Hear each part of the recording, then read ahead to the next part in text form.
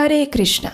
ब्रह्मवैवर्त पुराण में कहा गया है, एवं समस्त सुख धर्म गुणाश्रयं च एकादशी व्रतमिदं कलिकेतुरुक्तः शास्त्रेषु शौनक जगत्पतिषु प्रियं च श्रद्धा पर प्रकृते लभते न मुक्तिम।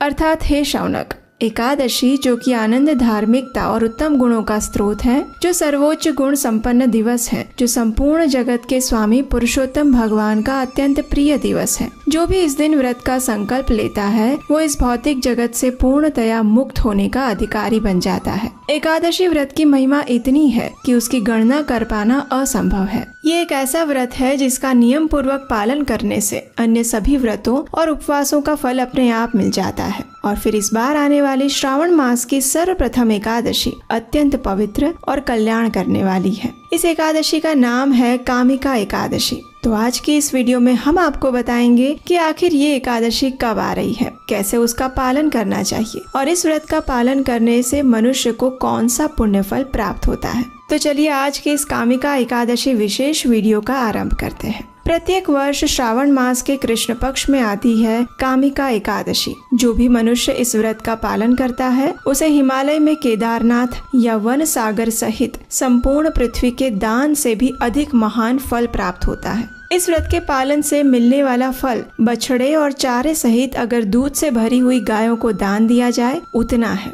जो भी व्यक्ति अपने पूर्व जन्म के पापों से भयभीत है या पापी भौतिक जीवन में पूर्णतया निमग्न है, उसे इन सभी पापों से मुक्त होने के लिए अपने सामर्थ्य अनुसार इस कामिका एकादशी व्रत का पालन अवश्य करना चाहिए। और ऐसी पुण्य प्रदायिनी कामिका एकादशी इस बार आ रही है 31 जुलाई 2024 बुधवार के दिन। इस दिन उत्तर भारत के समय सारणी अनुसार ब्रह्म मुहूर्त का समय है प्रातः 4:07 और सूर्योदय होगा सुबह 5:43 पर। एकादशी तिथि आरंभ हो रही है 30 जुलाई 2024 मंगलवार के दिन शाम को 4:44 से और पूरी होगी 31 जुलाई 2024 के दिन दोपहर को 3:55 पर। अगले दिन द्वादशी पर यानी 1 अगस्त 2024 गुरुवार को पारण करने का समय रहेगा प्रातः 5:44 से लेकर 10:17 के बीच में। इस बार ये कामिका एकादशी तिथि भले ही प्रारंभ हो रही है 30 जुलाई मंगलवार को शाम को 4:43 पर, लेकिन क्योंकि 30 को ये एकादशी सूर्योदय के बाद प्रारंभ हो रही है, इसलिए हम उसका पालन 31 जुलाई को ही करेंगे, क्योंकि एकादशी तिथि का पालन सूर्योदय के समय अनुसार ही किया जाता है। किसी भी एकादशी का पालन करने के लिए उस तिथि के समय में सूर्य उपस्थित होना आवश्यक है, तो इसलिए किसी भी प्रकार के संशय में रहिएगा मत। और इस बार आने वाली श्रावण मास के कृष्ण पक्ष की एकादशी का पालन हम करेंगे 31 जुलाई 2024 के दिन ही। इस बार एकादशी के दिन अत्यंत शुभ रोहिणी नक्षत्र का सुयोग बन रहा है। ये वही नक्षत्र है जिसमें भगवान श्री कृष्ण का इस धरातल पर प्राकट्य हुआ था।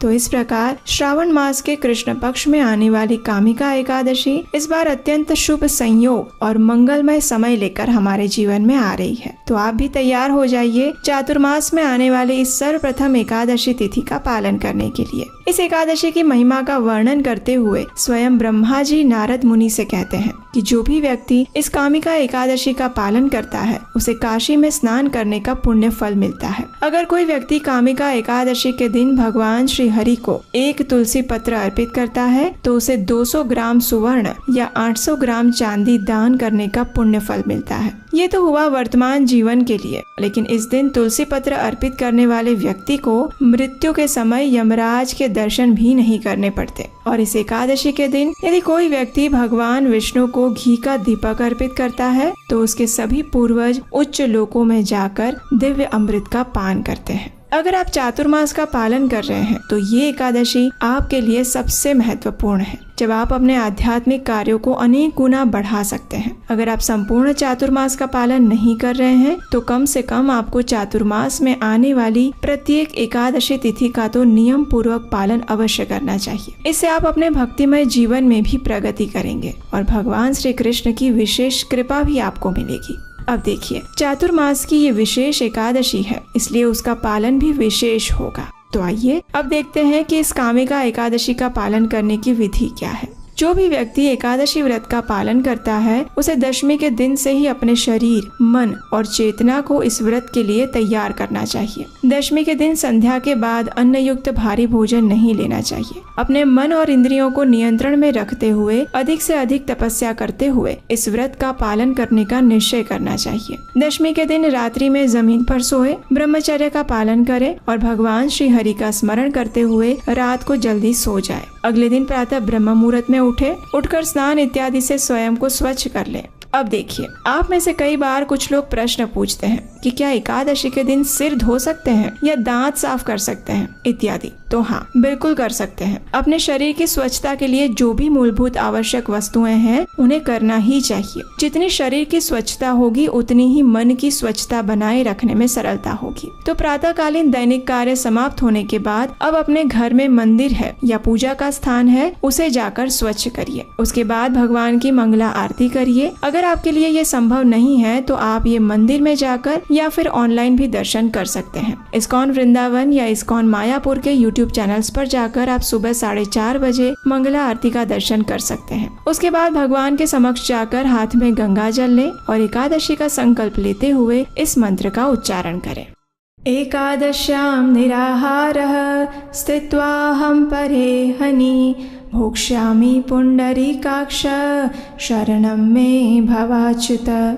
अर्थात हे कमल के समान नेत्रों वाले भगवान अच्युत, मैं संकल्प लेती हूँ कि संपूर्ण अन्न का त्याग करके मैं इस एकादशी व्रत का पालन करूंगी। कृपया आप मुझे अपनी शरण प्रदान करिए। संकल्प लेने के बाद अब तुलसी देवी की पूजा आराधना करें। तुलसी देवी वास्तव में हमें भगवान श्री कृष्ण के पास लेकर जाती हैं, क्योंकि वे स्वयं भगवान की शुद्ध भक्त हैं। इसलिए तुलसी देवी को जल अर्पित करें, उनके समक्ष दीपक जलाएं, उनकी 4 बार प्रदक्षिणा करें। उसके पश्चात तुलसी देवी के समक्ष बैठकर पवित्र हरि नाम का जप करें, यानी हरे कृष्ण कृष्ण कृष्ण हरे हरे, हरे राम राम राम हरे हरे। इस महामंत्र का ध्यान पूर्वक और श्रद्धा पूर्वक जप करें। एकादशी के दिन अधिक से अधिक हरे कृष्ण महामंत्र का जप करने का विशेष महत्व है। संपूर्ण दिन के दौरान उपवास का पालन करें। अपनी शारीरिक क्षमता अनुसार एकादशी का व्रत रखें। निर्जल जल के साथ, फल और दूध के साथ या फिर एकादशी प्रसाद के साथ भी आप व्रत पालन कर सकते हैं। लेकिन किसी भी स्थिति में किसी भी प्रकार के अन्न का भोजन ना ले, चाहे वो गेहूं हो, दाल हो, चावल हो या दलिया।